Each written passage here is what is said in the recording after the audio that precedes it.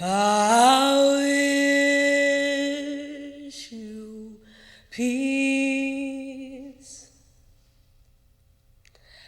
I wish you patience. I wish you harmony.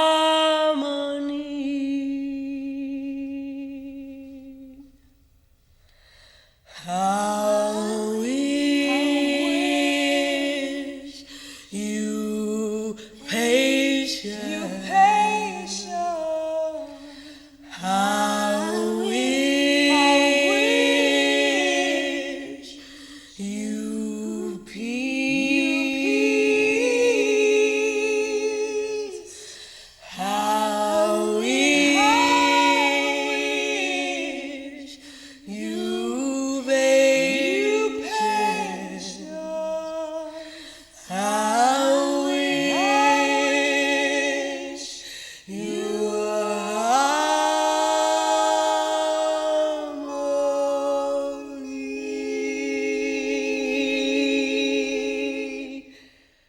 What I was looking for this morning was two women who had sung together, who listen well to each other, so are able to come together and blend very quickly, and who are comfortable enough to improvise because we've worked together before.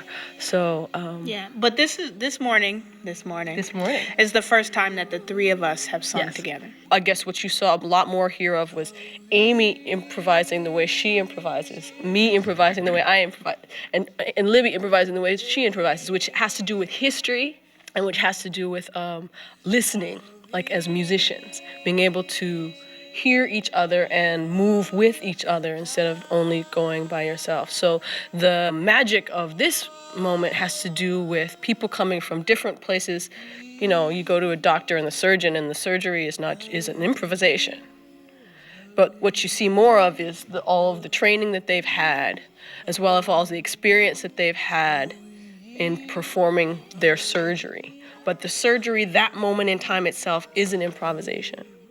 Just like every time we walk through the life. I mean, living is improvisation. You have basic ideas, but every single day is actually different. So it's like we all are listening to the music that we make together, because each person puts something out there, but then when somebody else adds something to it, that's a different being. And then when the other person adds something to it, that's a whole other being. And if you're not satisfied in that moment, not getting scared and pulling back, but saying, okay, what else is there? Because that's the wondrousness and the precariousness of improvisation. Because just as in life, crashes do happen.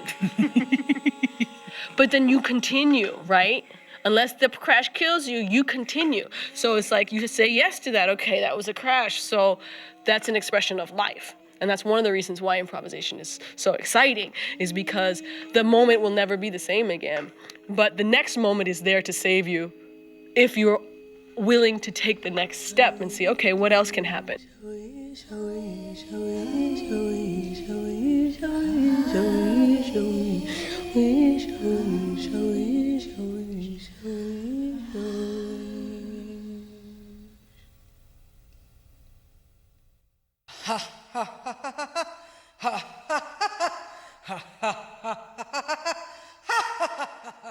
My work has primarily been an attempt to expand the vocabulary of singing.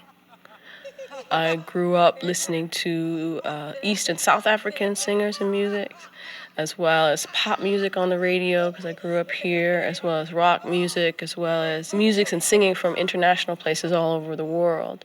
And I also grew up listening to the wind and the trees and the birds and the dogs and the cars. And to me, music is everywhere.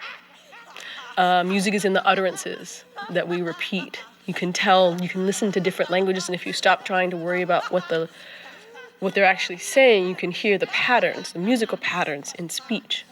So I've wanted to play with and bring into more singing a wider range of sound. It goes back to what Mankwe was saying about there's everything is music. Like right now, one of these lights is buzzing, and it's buzzing to a pitch. And there was a show that was created with office sounds, like the rhythm of the copy machine combined with the hum on the computer, and all of these, and how that makes a harmony that we don't even pay attention to. And so, sure, if the kid that's playing the video game says that it's not music, then he's right. It's not music. We're just up here laughing.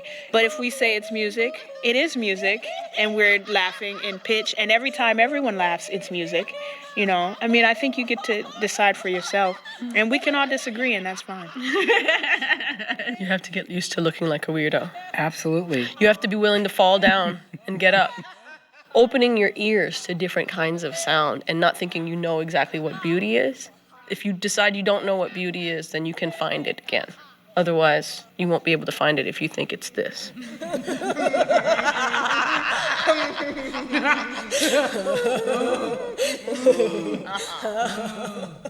My cheeks hurt. I know.